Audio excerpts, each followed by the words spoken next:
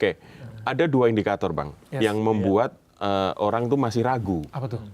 Pasar modalnya, IHSG-nya masih di sekitar 7 ribuan gitu. Oke. Kalau itu persepsinya membaik gitu ya daripada sebelumnya, berarti kan nggak akan kembali ke 9.000 gitu. Kira-kira gimana kalau pendapat itu? Kalau soal IHSG saya yakin sih bakal jatuh dulu ke 6.000.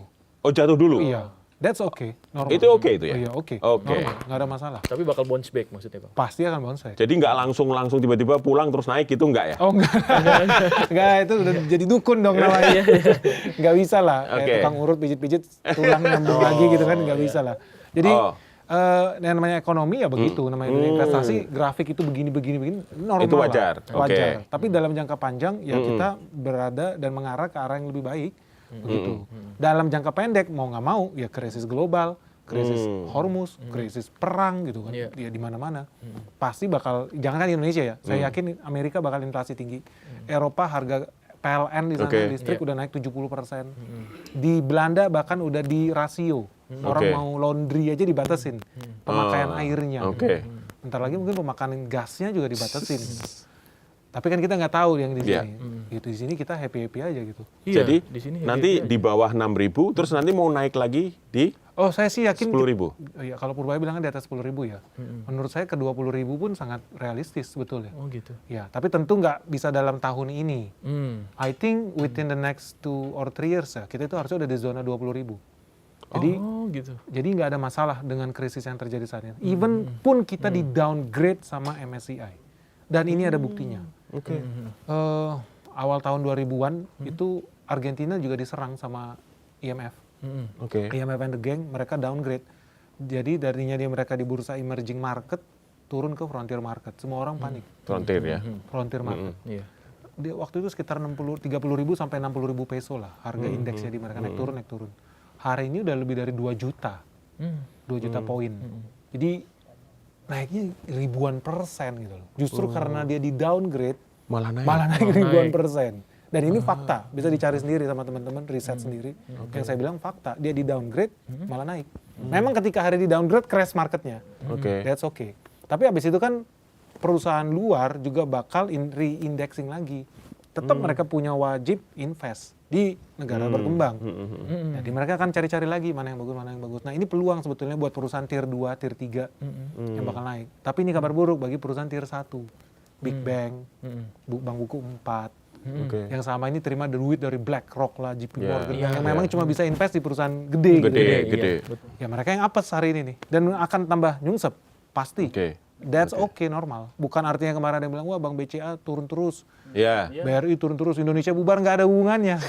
Bisnisnya tetap jalan, nggak ada hubungannya. Karena dunia capital market itu nggak ada hubungannya dengan itu. Karena maybe sahamnya kemahalan. Dan in fact dari tahun lalu gue udah bilang, Bank BCA pasti turun terus. BRI bahkan bisa tembus di bawah 3.000. That's okay gitu loh. Bukan artinya Indonesia bubar, nggak ada hubungan. Ini justru kesempatan bagi investor ya? Iya, kalau orang yang investor jangka panjang ya, kalau mereka paham justru jadi peluang buat investasi. Nah, itu. Oke Bang, jadi soal rupiah.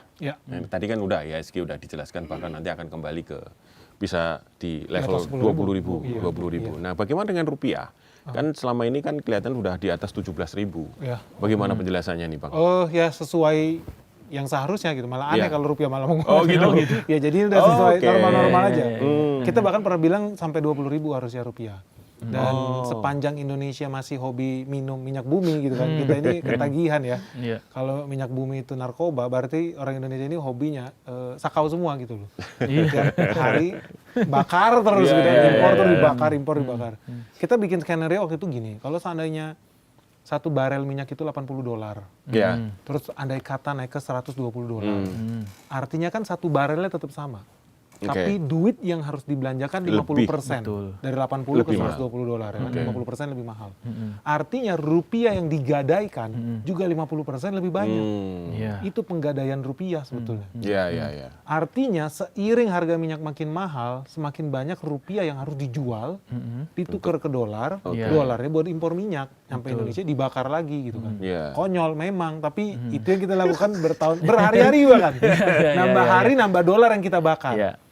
Artinya seiring hari berjalan udah hukum alamnya rupiah bakal makin melemah. Tinggal itu bisa dipercepat atau bisa diperlambat. Tergantung negara mau dibawa bubar secepat mungkin gitu, atau ditunda gitu kan, atau dibatalkan. Nah itu ya kembali lagi gimana kemampuan kita diversifikasi energi. Karena ternyata ya minyak bumi ini efeknya kemana-mana kan, ternyata bisa ke pangan, gitu. Ternyata bisa ke UMKM. Iya kemarin ada. Kemarin kita ketemu ada tukang cilok, harga cilok itu 1 biji 500.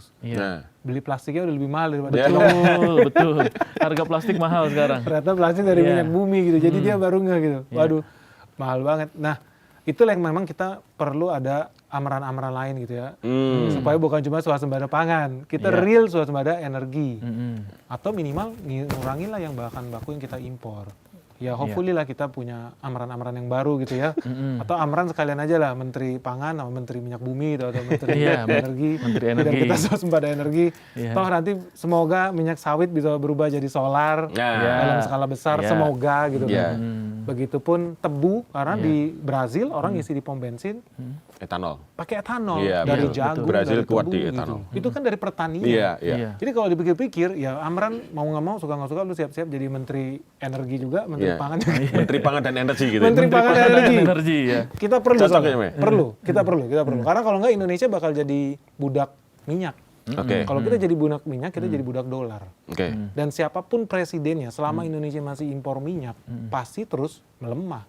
Kecuali besok bisa bayar dolar pakai beli minyak pakai bulu ketek gitu kan. Kan nggak bisa. Beli minyak pakai rupiah juga nggak bisa gitu loh. Mau nggak mau ya kita harus kurangi pembelanjaan minyak.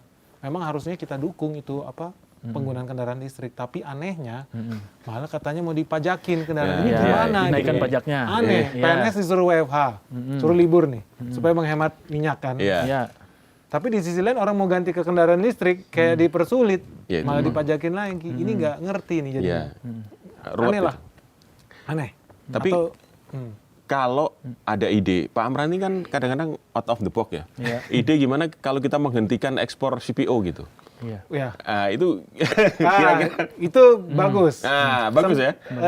Maksudku bagus buat diuji itu teori. Oke, makanya. Zaman dulu pernah ada menteri yang mau lakukan itu. Oh iya? Iya, sempat ditahan kita mau ekspor CPO karena harga minyak goreng naik tinggi. Saya nggak mau sebut nama. Jangan sebut nama lah. Oh iya.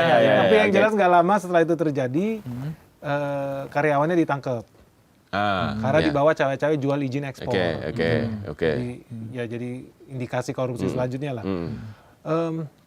Itu kalau sana itu kita dilakukan, itu kabar baik nggak? Menurut saya kabar baik buat mama ya. Mama rumah tangga, UMKM bisa tetap belanja, masak dengan hati yang tenang lah. Terus yang kedua ada kepastian buat program biosolar supaya kita ada supply. Yang bakal menjerit udah harus siap-siap kita digangguin sama India sama Cina karena mereka butuh CPO kita. Benar. Gitu. Terbesar mereka di Cina dan India ya, Pak. Betul. Kalau kita berhenti, kita berhenti mereka pakai apa itu? Ya, bakal pakai apa? Apa mereka besok jadi makan bakmi rebus semua gitu kan? Rebus semua. Bisa jadi mereka bakal komplain juga. Dan memang faktanya kemarin juga komplain ketika era menteri yang dulu itu lakukan itu. Dan ketika mereka komplain artinya ada gangguan geopolitik juga. Siap nggak kita diserang tuh? Kita dicawe-cawe karena ini udah ngomong urusan perut negara lain. Iya betul. Rakyat mereka gitu kan. Tapi saya dukung nggak itu? Saya dukung banget karena artinya kalau kita stop CPO, artinya harga CPO naik tinggi. Ikan dapat cuan lagi. Kita dapat cuan lagi. Apalagi ditakar pakai kuota, misalnya kayak batu bara ada RKAB. Dibatasin, kamu cuma bisa ekspor 700 juta ton tahun ini. Misalkan CPO di RKAB kan. Saya yakin harga CPO makin naik tinggi. Kita tambah cuan lagi. Gitu. Jadi selalu ada opportunity. Buat teman-teman yang ngerti gitu kan dunia investasi, ternyata semenarik ini.